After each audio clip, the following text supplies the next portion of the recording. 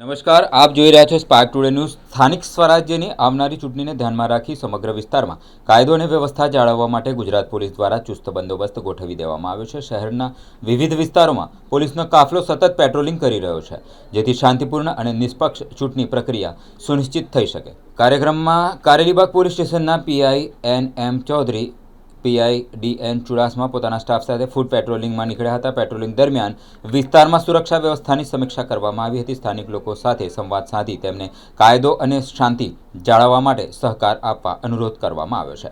Police દ્વારા સ્પષ્ટ કરવામાં આવ્યું છે કે ચૂંટણી દરમિયાન કોઈપણ પ્રકારની ગેરકાયદેસર પ્રવૃત્તિઓ સહન કરવામાં આવશે નહીં। કડક કાર્યવાહી કરવામાં આવશે। સામાન્ય નાગરિકોને પણ અપીલ કરવામાં આવે છે કે તેઓ કોઈપણ શંકાસ્પદ પ્રવૃત્તિ અંગે તરત પોલીસને જાણ કરે અને શાંતિપૂર્ણ વાતાવરણમાં જાળવવા સહકાર કરે।